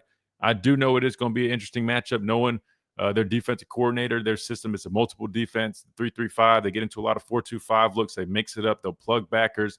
They run a lot of stunts. right? It's going to be important that the offensive line is on their P's and Q's and communication in that aspect, right? Executing things. But I think they don't have to do anything fancy. I think you just have to go out there, out physical them, set up your running game, get tied into some rhythm throws, some easy throws, let those playmakers make plays. You got Ryan Williams, Jeremy Bernard, throw some screens in there, some quick pass stuff.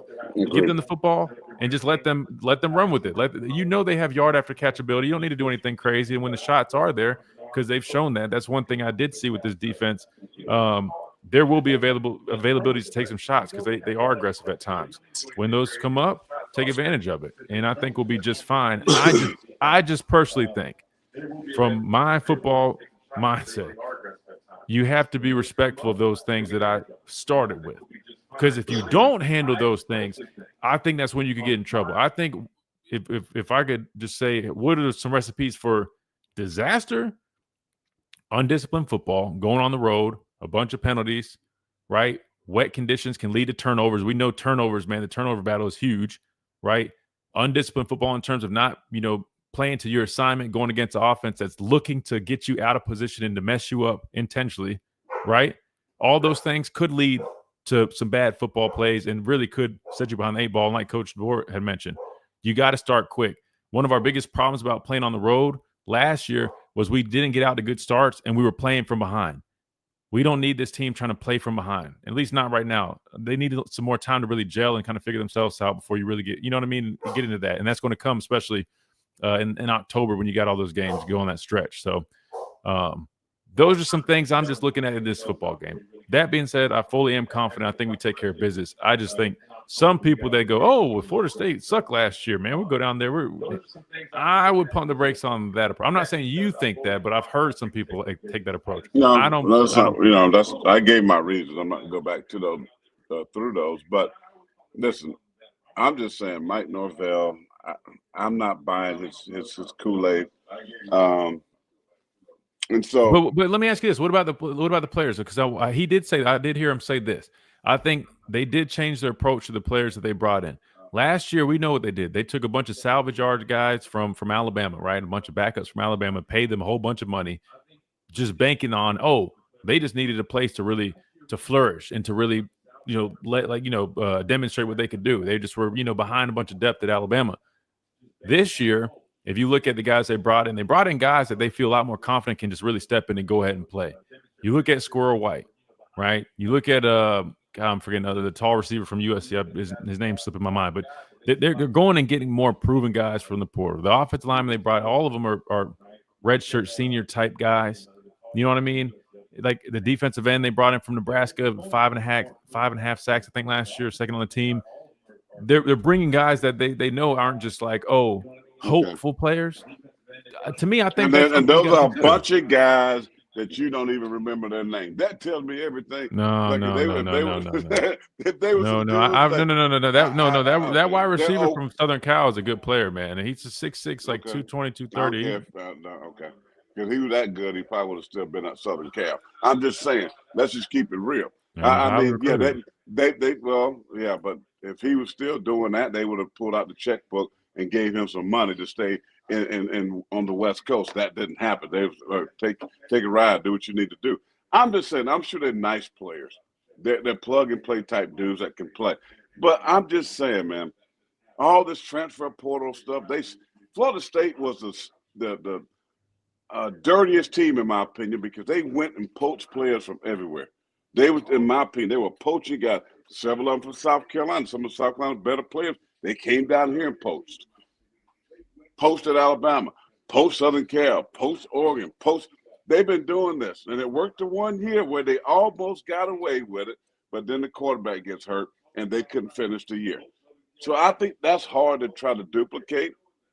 Listen, FSU, in the words of Steve Spurrier, Free Shoes University, it ain't going to work. It's not going to work this time. I just think Alabama is going to be – I think Alabama – this is a statement game for them as well. We talking about Florida State. I'm just leaning on the side of statement. I think this is a statement game for Kalen DeBoer, Ryan Grubb, back together again. Nobody's talking about Jalen Miro no more. Let's move forward. It is now Ty Simpson's job. You got some frisbee catching dogs on the outside. You feel like you got a secondary that should be one of the best in the country, more senior oriented. I think they're set up. Now, there are going to be some struggle games, yes. South Carolina, Georgia, they got some tough games. Tennessee, I mean, they're going to get those tough games. And the first half could be tough. But I think they find a way just because of the mindset in that locker room now is a lot more tough, in my opinion, than it was last year. I think they're getting back to, Nick Saban-esque mindset of when and the approach when it comes to playing football. That's all I'm saying. And I think that will be on display on Saturday. I'll be shocked. I said again, I'll be shocked. And you know me, if I didn't think so, I wouldn't. I'm not just saying this to make Bama fans feel good. I'm saying this because this is what I believe. And if they go out there and do the opposite, and then my conversation going forward is going to be a lot different. I promise you that. But right now, that's what I expect. Fair enough. All right, we got to hit a timeout. When we come back, we keep on rolling right here on the Miller's Edge. Tide 100.9, 1230, WTBC.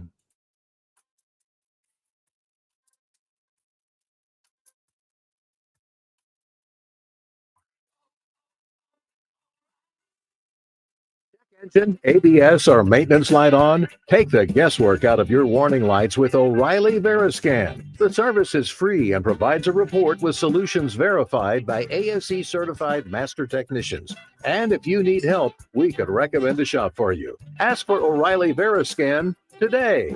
O'Reilly Auto Parts.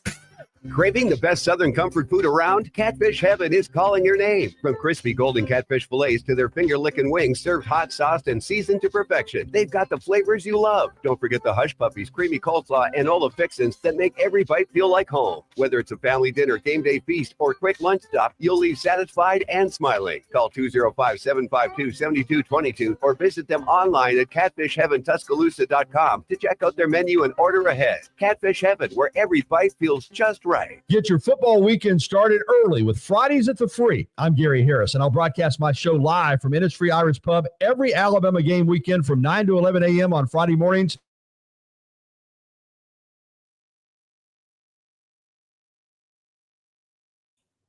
Appreciate everybody tuning in. Again, we're still working on Ruben, man. I hope hope everything's good on his end. But if you guys haven't, man, just drop us a like. We got 40-some people in here. Only got like 22 likes, something like that, man. It's free. It takes 2 seconds, man. Just click that like button. It just helps the algorithm out, especially if you guys like the content. That'll help us continue getting more stuff. I love how you guys always start dropping out. I always like a few people that leave when you say drop a like. It just takes 2 seconds. Just click the button, man. We appreciate it. And subscribe if you guys haven't. Definitely appreciate that. Let's see. I don't even know if we'll still have time to get Ruben if he is able to hop on here. So we'll probably try to push it to tomorrow.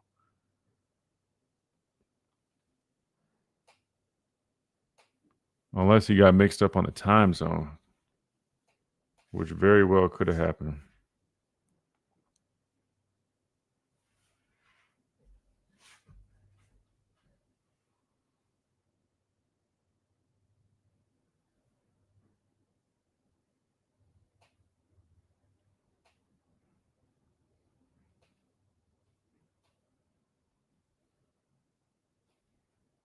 I think he got tied up. Let me see. That's right, JD. Let's see what we can get up to. Let's see if we can get up to the 30s. Yeah, we got a 31. There we go. Appreciate that, guys. Like I said, man, it always just helps with the algorithm. I'll be honest, I don't even know how much it really does, but I'm assuming the more likes you get, obviously, they push the video a little bit more. Like my new page, 1334 Church. We have some good content coming. Their website's going to be 1334church.com. So y'all load that anything too. You want to hear some good sermons, some good preaching, some good on Facebook. No, 1334.com is the website. But you said like the page. I'm telling them to do it on Facebook. Yeah, like it on Facebook. Yeah, if you don't mind. We need to get our likes up. I just got it opened up. Yeah, Ruben said he got caught up, but I don't know if he can. We might need to push it to tomorrow. I hate that for you guys. I know we're teasing that a whole bunch, but if you can come on, I'll step down. No. You're good. No. I mean, I'm still waiting. I got to get his email to send him the thing. What's him just call in? I mean, he He probably probably- could just call, but we'll see. It's no worries though. We pushed it tomorrow. No big deal.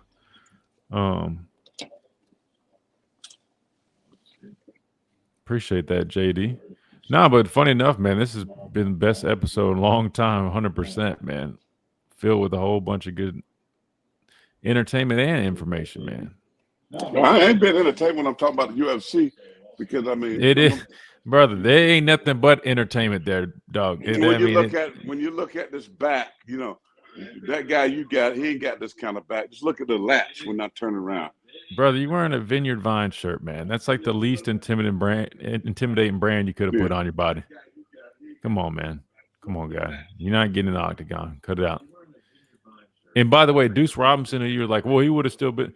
He had 23 receptions for nearly 400 yards, 5 touchdowns last season. Who? The receiver that they brought in. He's like 6'6", 220. I mean, he's a good football player. That's a great year.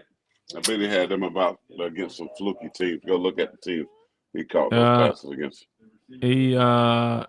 Notre Dame, he was 3 for 63. Nebraska, 4 for 90 and a touchdown. So no, I mean, dude, why are you trying to sleep on it, dude? I mean, LSU, 2 for 49. Penn State, 1 and 25. He's a good player, man. Could we see Keelan Russell this game? I do not think so, no. Heisman House there from what up, from? I got the Heisman House. Talking about the Dr. Pepper. Yeah, I don't think you see Keelan Russell this game. Unless somebody goes down. Well, if someone goes down, Austin Mack would be the first one. Well, have they said who QB2 is? No, and he said he's not going to answer that, which it clearly indicates it. Austin Mack will be the next guy in right now.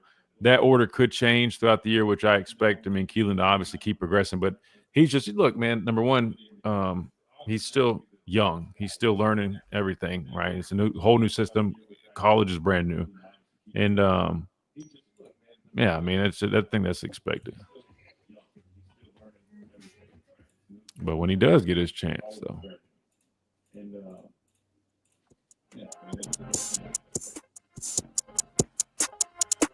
Hey.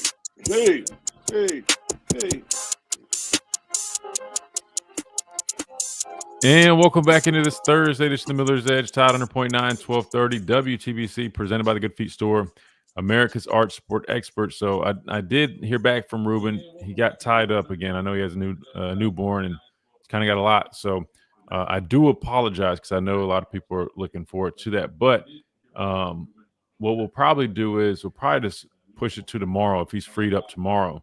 That way we can get him on for plenty of time because we only got probably 15 minutes or so. So be a squeeze, and I'd rather just wait till we have plenty of time to get him to, hop on there. Even if we got to push it to next week, we can talk about something else. But I promise we weren't trying to clickbait you or anything like that. Like I said, I mean, I'm texting Ruben now, so he got tied up, unfortunately, which, stuff happens. No big deal on that. I just feel bad for you guys. I hope you don't think we tried to clickbait you. I promise, I swear to God, that wasn't the case. But anyway, let's keep on rolling here. Carla says, hold on. Sorry, I just got a notification. Who's the next man up behind Tim Keenan? Good question. So next man up would be Jeremiah Beeman, big guy who a lot of people have been really excited about. I mean, if I'm being completely honest with you, even before Tim went down, I mean, he's been getting a lot of reps, even with the ones throughout, spring and fall camp. So I talked about this yesterday. He shouldn't have a problem stepping up at Tim's place. Now, he doesn't have the receipts. He hadn't really played.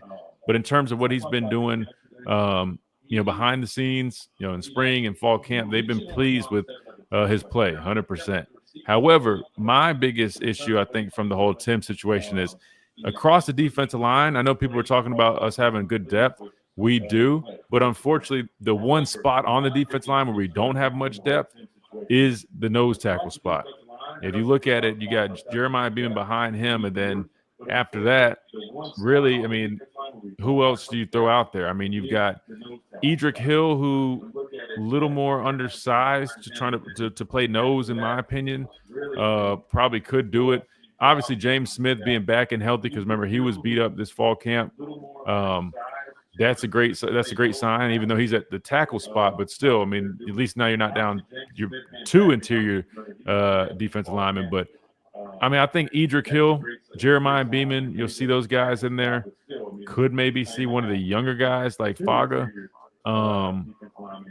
But other than that, man, that's the only thing. That's unfortunately the one spot you don't have too much depth. At Bandit, you've got plenty of depth. I mean, you go down the list. You got LT Overton. You got Jordan Renaud. You got Keon Keeley. You got the transfer from Florida. You got Kelby Collins, right? You look at even, D tackle. There's just a number of other guys that you can kind of throw out there, but nose a little bit thinner there. So talk about a matchup where Florida State, they're going to be running the football. Could see some tempo in there for sure. You're probably expecting to have a good rotation amongst that defensive line. I think that does kind of hurt you with the Tim Keenan injury. Not so much. I think Jeremiah Beaman can step up in Tim's place and play just fine. That's not the problem. It's more so the depth behind him that kind of causes me some concern. So I guess we'll see. I guess we'll have to see how that ends up playing out. Let's see. Somebody said your dad's in your trip in Bama by 14. Are they agreeing with you? I never said that. Somebody said that I said Bama by 14. You did say that. You said 2 touchdowns. I said 10 or more. They went by 10 or more. No, you said 2 touchdowns. I did? Okay, yeah. Well, I'll take it. I'm not afraid of that. No, ain't nothing wrong with that. But the spread is, what's the spread? 13.5, 2 touchdowns. Wow, I'm so far off. Listen, I think, like you said, first half tight, second half kind of start pulling away. 2 touchdowns, I think, is very realistic. I'm just saying, again, I know you're confused after everything I said earlier. I'm just saying you got to respect those factors. That's all. Yeah, but what makes Florida State? Why are these folks are thinking that Florida State is this juggernaut all of a sudden? That's what surprises me. It's not a juggernaut. It's what I was explaining. It's not a Florida juggernaut. State. They was terrible last year. Yeah, go back and but come on, man. Like, you're a football guy, brother. You're a football. Bro, I get all of that. You're a football guy. You're a football guy. This is a new age in college football. I don't care. They don't have a trigger man that I have any confidence in. That's all I'm saying. If they had a better guy, I've seen Castellano play. I get a lot of ACC football where I'm at here in Columbia, South Carolina. So I'm just saying, we'll talk more about it tomorrow. I know that some people got different questions on the chat for sure. No, you're good. Go ahead. No, go ahead. We're going to see. We're going to see. I would be shocked. I'm going to be disappointed if Alabama goes out there and play haphazard football. I really would be. I'll be shocked because I just think the attitude of this team is finally right. It's finally right. That's all I'm saying. I agree with you. I agree with you, but I'm talking about Florida State. I'm not talking about us. That's what I'm saying. I'm talking about Florida State, and I'm just answering your question. You keep saying what's. It's not that there's some juggernaut all of a sudden. It's more of an unknown. You keep just jumping to 2-10, but if you look at it, I'm pretty sure. I don't even know if I think they have like maybe one returning guy on their whole starting offense. I could be wrong, and I think on defense it's only just a couple or a few. Like, we can look at it. Go ahead and talk. I'll look at it. Yeah, no, I'm just saying, like, all right, like I'll run down the depth chart real quick. And again, this is not to make it seem like, oh, that means they're just going to be, like a playoff contender. No one's saying that. I'm just saying I think you're playing it a little too loose if you just go, oh, they're 2-10. Why are we worried? I'm just saying that's not why I'm saying I'm worried.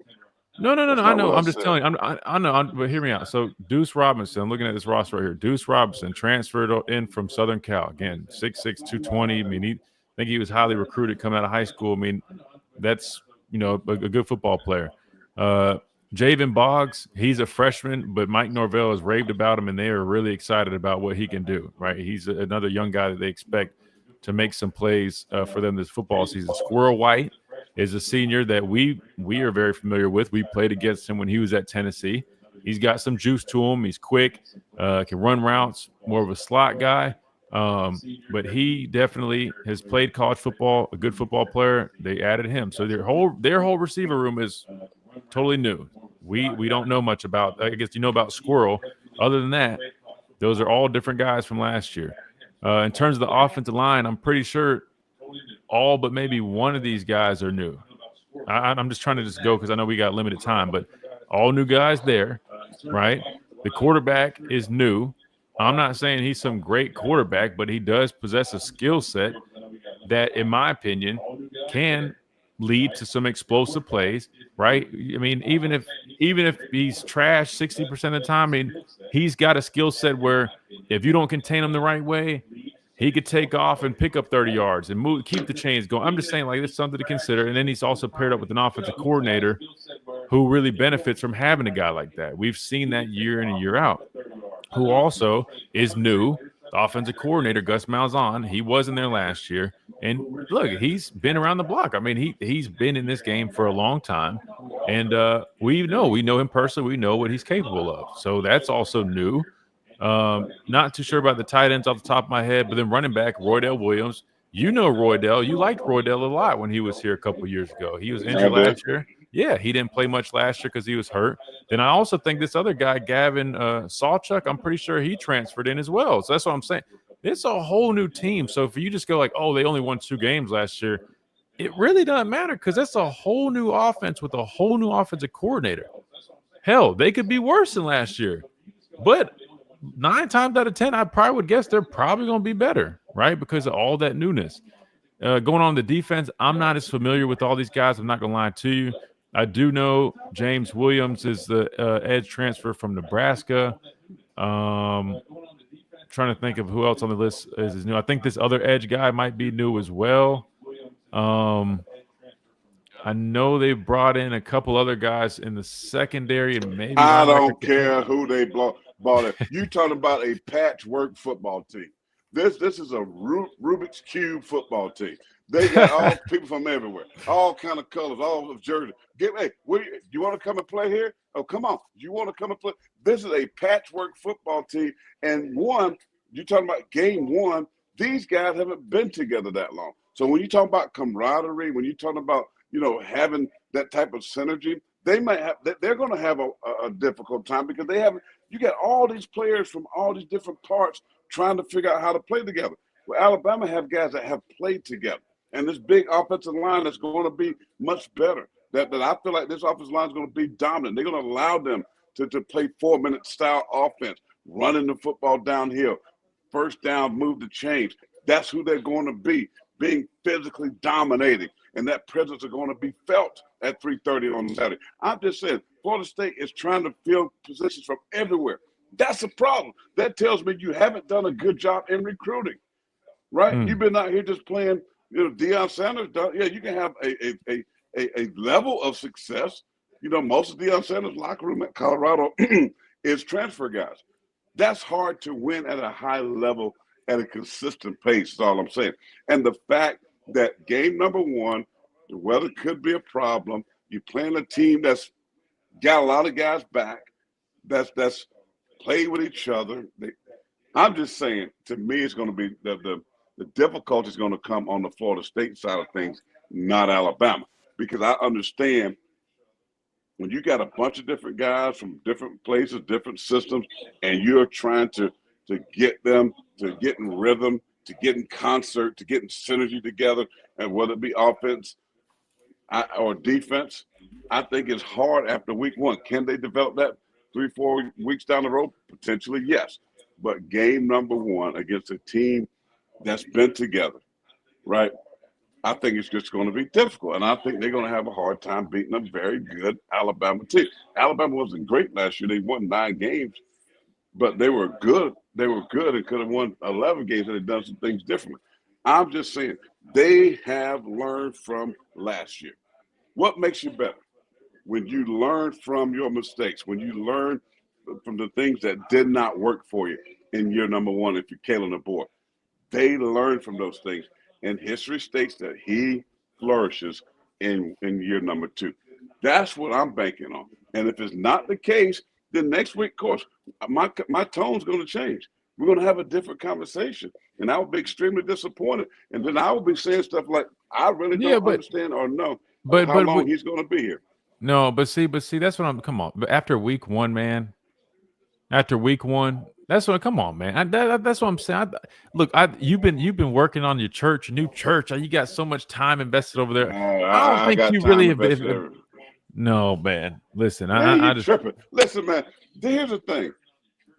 I will say this: Kalen DeBoer has some throw up games, some diarrhea games at Vanderbilt, Oklahoma running for almost 200 yards.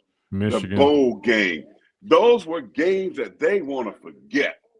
Those are the types of games they don't want any recollection and or memory of those football games. Right. I'm just saying, they can't have that. And to me, playing Florida State is another game that could potentially be that if you lose, right? Because now you're talking about everybody in the country going to be down on you. I know it's one game, and I know that can be overcome.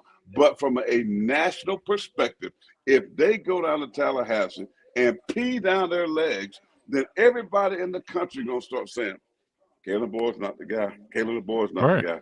Yeah, Alabama's not Alabama. Because this is not the typical Alabama. Then those conversations are going to resurface. That's all I'm saying. No, they will. They will. But I'm saying better than to say that week one is week one. But I'm saying I know. I'm just saying what the perspective is going to be. I know agree that they can recover. But I'm just going to say, though, I'm going to be in that same camp. Because I'm saying, bro, you had all this offseason to get your team right, to get their mind right, as Coach Cochran used to say, and set their minds on the things that matters most for 2025. And if you go down there, it's going to be very disappointing if you're Alabama and if they pee down their legs against a Florida State team that nobody in America has any kind of confidence. You might be the only one that's talking the confidence about Florida. Maybe you're trying to a little reverse psychology you're trying to use, but you might be the only one. I watched the Inside the College Football Show last night. I'm back in the zone. I just reloaded up my Sirius XM. Why? Because I'm listening. I'm tuning in. I'm listening in. I'm leaning in to see what these people are talking about, what they saying about Alabama. And the Baltimore boys last night said Alabama is going to roll Tyro. And I don't disagree with them because they're saying the same things that I have been saying. And so, listen, fans, I'm not saying pound your chest and all that, but they got to go down there and handle their business and make an early statement going forward about who they are in year number 2 under Caleb DeBoer. That's all I'm saying. Kalen DeBoer, and Caleb, let's not make it seem like I clearly said I think we go down and win this football game. I'm not once I'm concerned about the result of the football game. I think we win the football game for sure. I'm very confident. Matter of fact, we win the football game. My job is to break it down and try to give, just like same with you, my keys to what I feel like will happen in this game, what to look out for, what to expect, how it could play out based off of my experiences, my thoughts, all my analysis. That's just what I'm doing. And those are the things that have come up. And I just think they're worthy of mentioning. That's it. Again, that being said, we could go down there, beat them by 3-4 touchdowns. We could go down there, only beat them by a field goal. You got weather, you got new coaches on board, a whole bunch of new players. No one knows how it's going to go. I don't care how much those guys from ESPN get paid. They could be just as wrong too. You know what I mean? So it is what it is. No one knows. But we'll find out in 2 days. Well, they're wrong a lot. I'm not a big fan of all of the pundits, but I'm just saying, but they are right. And we are right, or I am at least, just saying. Brother, I've been saying there is a reason why you should have somewhat of a listen, it's Free Shoes University. Okay. Free shoes or free crab legs? I thought free shoes or free crab legs. Well, it's free everything. I mean, you know how they roll honey chicken. With that honey chicken, honey chicken was hidden, boy. That honey chicken was good. I ain't gonna lie to you. They got some good chicken. Got that brother down in that kitchen cooking that honey chicken. Well, our inner brother's coming out talking about chicken. Right now, we can get this every home pregame. Get this chicken right now. I give them that. But all I'm just saying, listen. Guys, let me just say, because I'm going to get off here, because I got these folks in my background right here. They're watching the show. Yeah, that's bacalao. You know what bacalao is? It's cod, salty fish, and that's what bacalao. That's her name. She works at the cigar shop here in Columbia. There's somebody here nearby that's watching too. What's up? Shout out, Smoke Break. That's where we do our men's Bible study, and that's one of the deacon over there. He's over there in the corner. Well, Deacon good Riley. deal. He's one. Well, listen, Yeah. we're out of time. Speaking of cigars, Well, shout I'm out to gone. R&R Cigars. No, we'll run it back tomorrow. Tomorrow we got our prediction. Shout out to R&R Cigars again. If you're looking for cigars here in Tuscaloosa, R&R Cigars, 2703 Gary Fitz Street is where you find them. Check them out. Go watch the game there. All type of games, boxing matches, UFC. If you want to see my dad get beat down in the ring, you probably watch it over at R&R Cigars because they pay for the events right there as well. Man, Best you humidor crazy. in the Southeast. Code Miller's Edge. Get you 20% off all your orders on their website, rnrcigars.com. What are you waiting for? Go do that. And again, Fridays, we will be at 12:25 as well. So make sure you guys hang out with us. Not this Friday, but home game weekends. Next Friday, we'll be live at 12:25. Looking forward to seeing you guys there. Up next, you got Wyatt and T-Town Sports Daily right here, Tide 100.9, 1230 WTBC. See you guys next time.